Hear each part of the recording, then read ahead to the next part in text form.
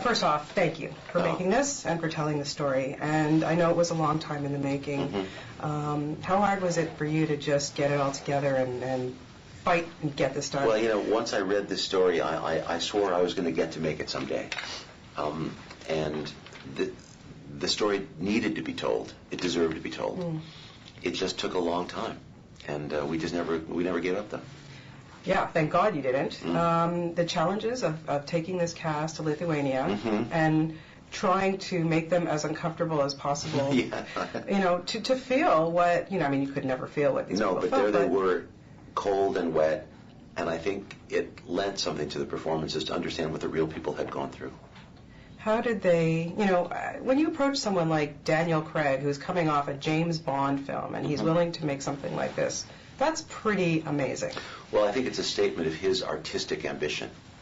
He was an independent working actor for 20 years before he became James Bond, and I think he's determined to remain one. Yes. And I think, he may be more comfortable in this environment than he is in that one. Yeah, I think you're right. Yeah, you can see he was so extraordinary. Honestly, I didn't really think that, I know his other work, but wow, it was great for him to see. And then, of course, Liev Schreiber. Well, Liev is really one of the towering figures of Broadway, and his work there has been so extraordinary for so many years. I didn't quite think that I'd seen that in the movies yet, and I wanted to be the one to show people. And how do you prepare yourself emotionally to do a film like this? You go through all of the feelings of confusion and rage, but finally you come to a place, once you're doing something, that frustration and impotent rage goes away because you're doing it. And I really felt that I knew that 16 and 17-year-old boys across the world and Jews who knew nothing of their own story would get something from this. So I knew why I was doing it, and I also knew that there was something I could be giving to an understanding of history that needed to be done. So when you're tired and when you're upset by some of the things you're doing, you have some higher purpose, and that drives you. Yeah, it is so important to tell these stories and keep them alive, and that's my feeling, because like I was saying, I belong to a Holocaust synagogue. There's only a few left, and when I sit and listen to their stories, I'm, and this is why I bring my kids. Right. It's so important. It's the 11th hour for people now. The youngest survivors are already in their 80s. They were kids then. Within 5 years or 10 years, that voice will be gone. And that's why I think it's important to tell their stories while they're still alive.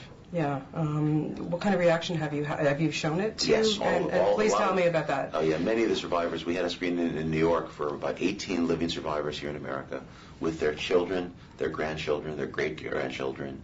They were there, and they stood up and said, "I was afraid my story would never be known. I was afraid my children would never understand what I went through." And the children said, "We're only alive because of them and what they did." So it was very emotional. Yeah, it's an amazing story because, the Bielski brothers, when they came to the United States, and they kept this quiet. They didn't see themselves as heroes, and they just did what they had to do to survive, and what they did, I guess in their own mind, didn't even see it as an incredible feat, Right. And I just find that so completely amazing. Well, it's also that they had done things that they might not have been entirely proud of in order to survive. Yeah, okay. And survivors themselves feel some guilt at having survived when so many others died. Right. Yeah. And that's not uncommon either. Well, I do thank you very much for this, and it's it's been wonderful. I went to the Toronto Film Festival. There's been so many films about the Holocaust in the last few months that I've seen, and I just thank you, all you filmmakers, for doing that. Thank you so much. Thank you. Nice to meet you. You too.